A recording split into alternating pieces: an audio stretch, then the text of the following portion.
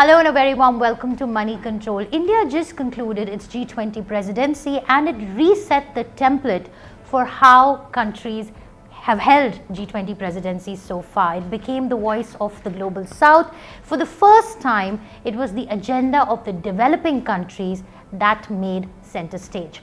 To understand the implications of this presidency on India, India's new position in the new global order, I'm joined by one of India's most erudite ministers, Mr. Hardeep Puri, Union Minister for Petroleum and Natural Gas and Urban Development. Many thanks, Mr. Puri, for joining us, and many congratulations for hosting the leaders of the world in India and conducting it so beautifully.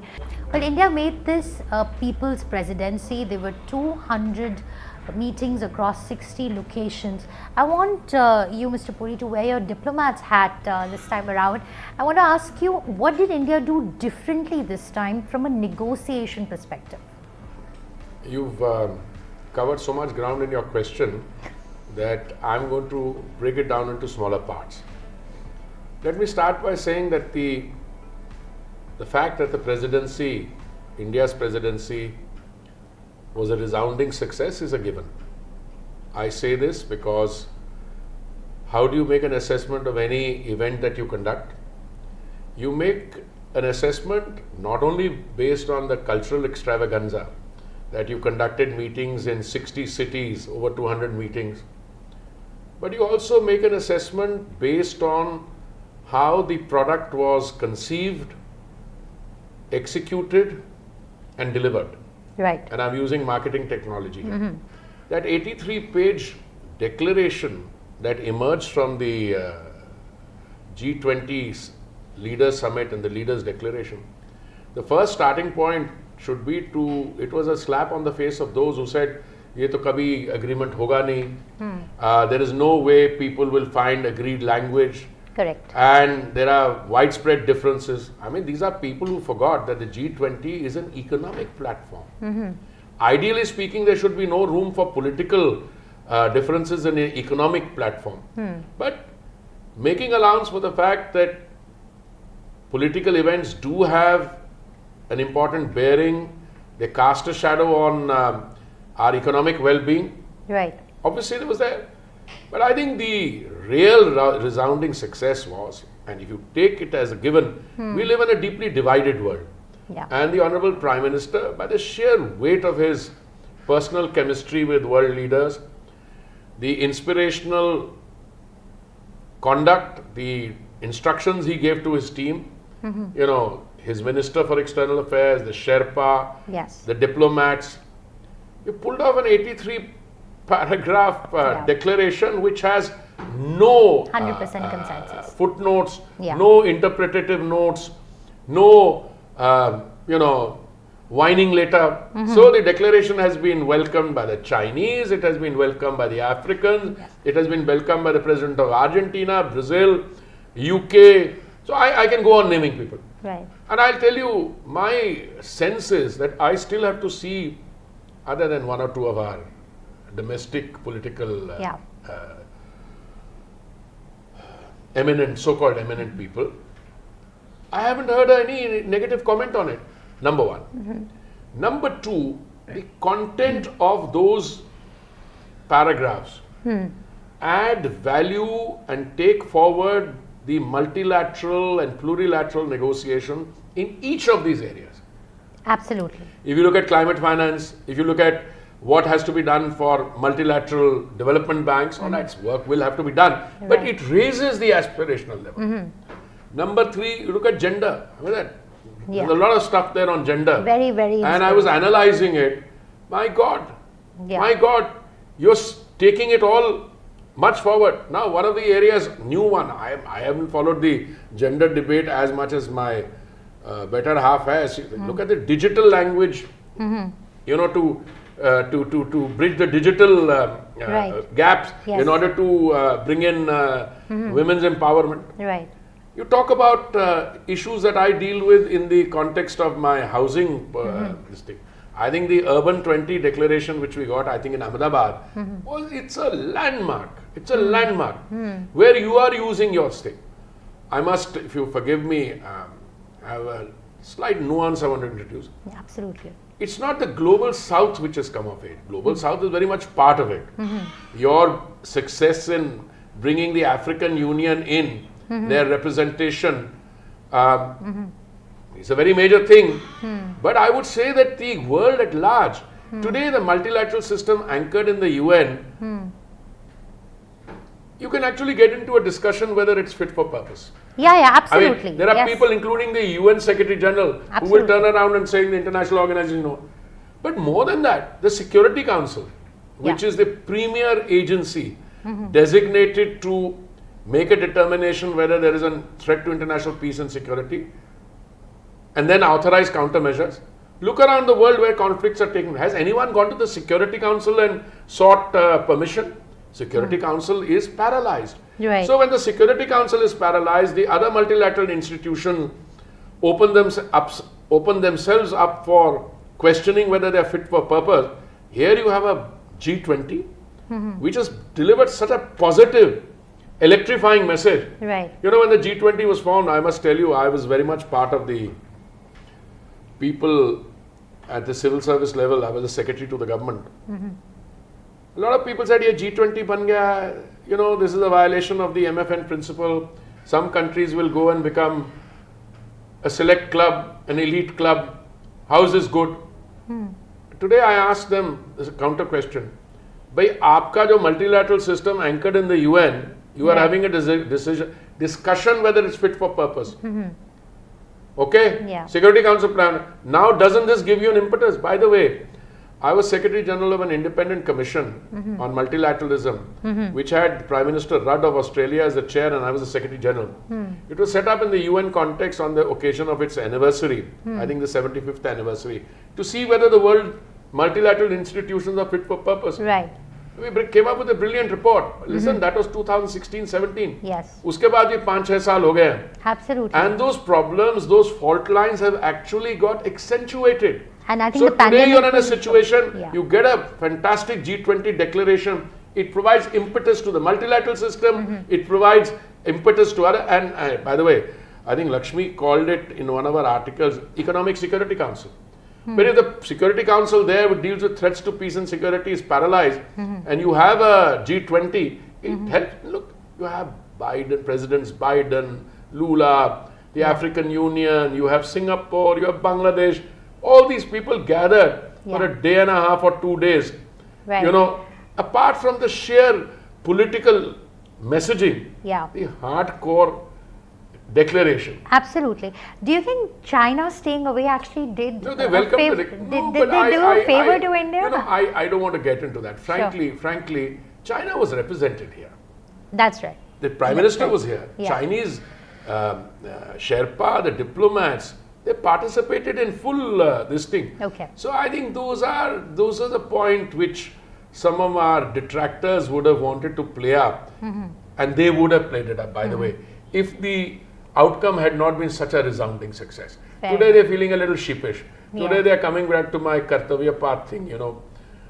They used to say, अरे हरियाली कम हो गई, वो जो जामुन के पेड़ उखाड़ के ले गए. So I had to say, नहीं हरियाली भी 30% बढ़ गई, जामुन के पेड़ वहीं के वहीं हैं, आप उसके नीचे खड़े हो. I want to talk to you about the Global Biofuels Alliance.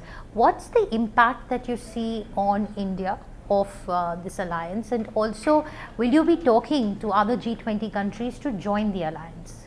Well, I think even prior to the Biofuels Alliance, the target we were working is 20% biofuel blending by 2025 instead of 2030. So that's one. Second issue is that whom does it benefit? Well, if I saved 73,000 crores on the import bill in 9 years because of biofuel blending, and we were able to pay our farmers 76,000 crores. Right. Okay, number one. I'll give you an example. If we do 1% biofuel blending as a norm for sustainable aviation fuel, madam, we benefit 5 lakh farmers. If we raise that 1% biofuel blending norm and make it 5%, do you know what happens? We benefit another 70 lakh farmers. So, you know, this whole debate about food security is absurd. This is a classic case where by going to the biofuels route, you're actually enhancing your agricultural production. It's the other way around. Okay, so that's one of the big impact, Big takeaways. Big takeaways. Also, the India, Middle East, Europe economic corridor. We made this alliance that was 2 years in the making. What do you think will it require now for India to build on this opportunity? What are the must-dos that we must work on? Respectfully, a small nuance. I don't think it's been 2 years since we conceptualized this. There are different variations. Sure. What you had on available is an initiative by a large country, which turned out, in the view of many, to be a debt trap. That, in fact, turned out into such a situation that you had a lot of countries which opted for it, took the loans, were not able to repay the loans, and now are having to cede their territory in order to. Okay. Yeah. And so there's economic strangulation there. This is a very different thing. Here, the countries participating are the countries who can afford to put something on the table. If you have Saudi Arabia, UAE, India from the Asia side, you have Europe, you have France, Italy and Germany, all three European Union, and you have the United States. So you're looking at a similar but more ambitious economic framework of connectivity, which will bring ports together, which will bring shipping lines in touch with each other, which will have seamless road transport, which will have, how do you put it, railway networks, etc. So this is an entirely different ballgame. So any FTAs that you think we need to prioritize? Any? FTAs, free trade agreements that we need to prioritize? That's a separate exercise which is going on. That exercise will take place in the normal course. You will have food exports from India going there. You're talking about grid connectivity in terms of power from produced here going through a pipeline to countries which require power, Saudi Arabia and so on. They talk about that. But I think in the coming months you will see a lot of activity in terms of road mapping, conceptualization, etc. But no matter which angle you look at it from Europe downwards, from US looking down to Europe and the Middle East here, it looks like an economic win-win for everybody. Absolutely.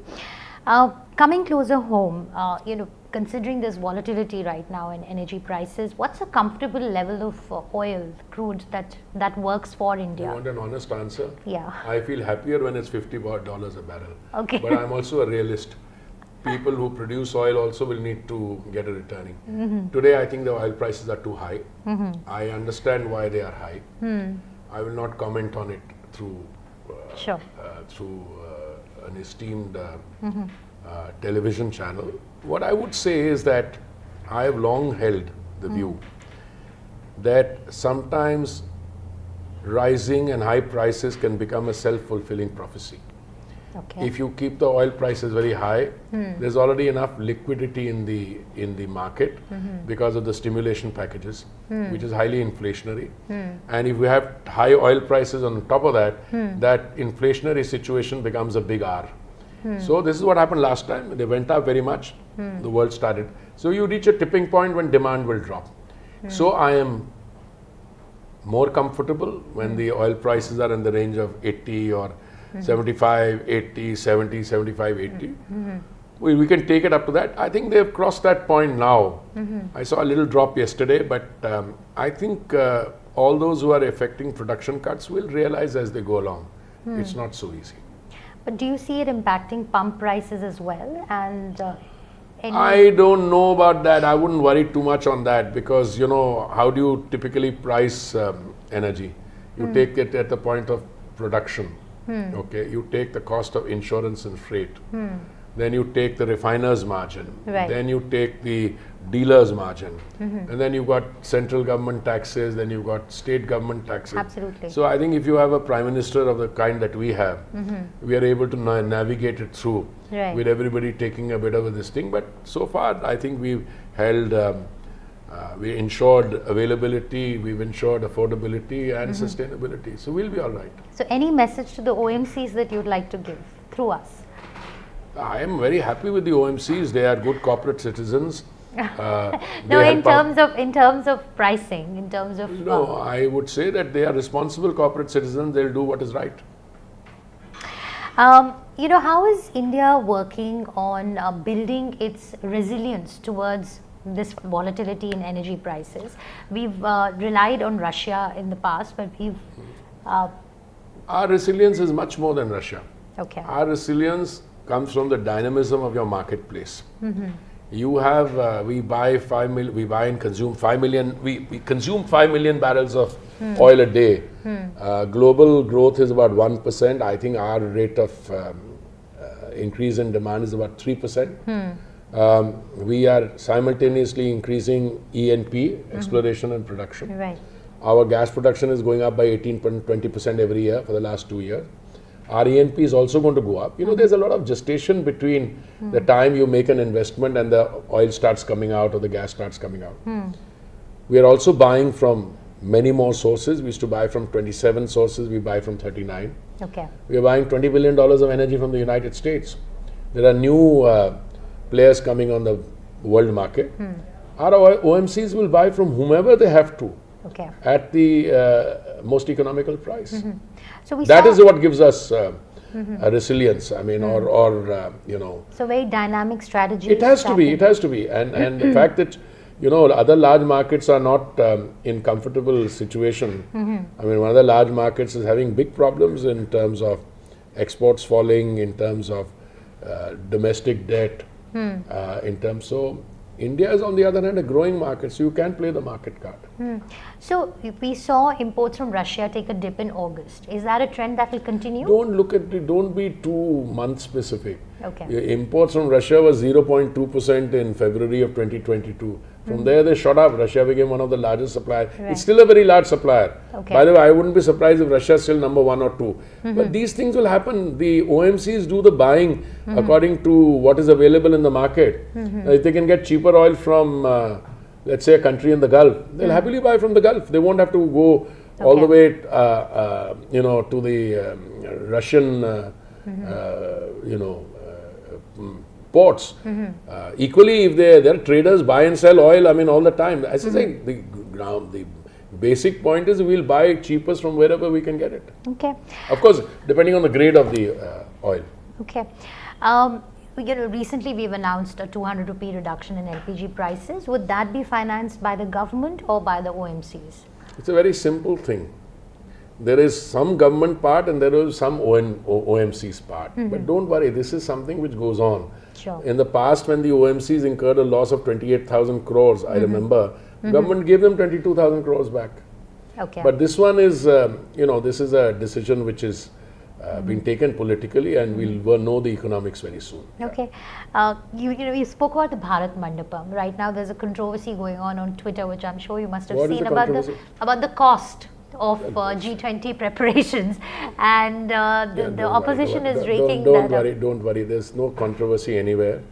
I am happily educated, at least, on what these things are all about. When the Parliament and the Central Vista projects were being discussed, somebody said, new Parliament is coming up for 20,000 crores.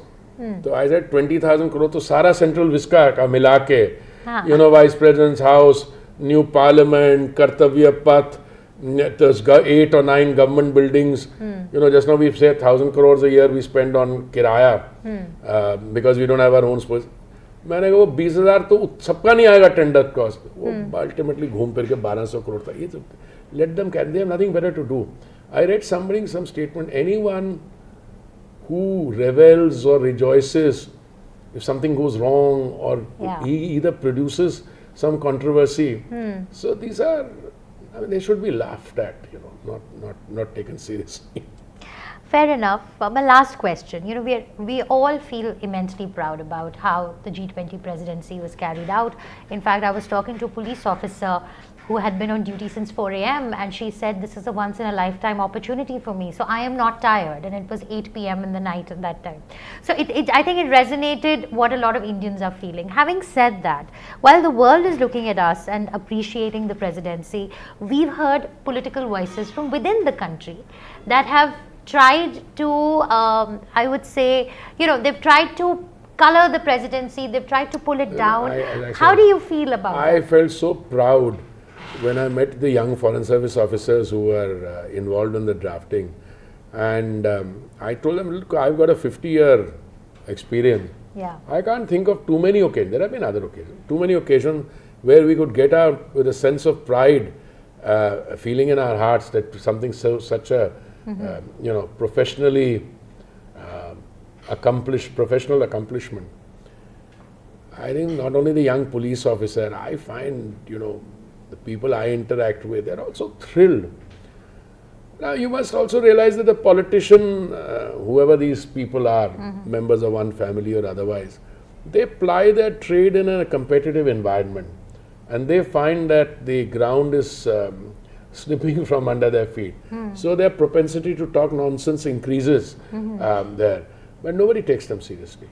Not the people, and I think you'll find that out increasingly. Okay. Even their Congress politicians are praising it. Dr. Manmohan Singh praised it. Yes. Shashi Tharoor praised it. Yes. Little uncharacteristic, but I think, they're ultimately Indians after all. Not I full stop N full stop D, but Sure. they believe in Bharat Mata as well. Absolutely.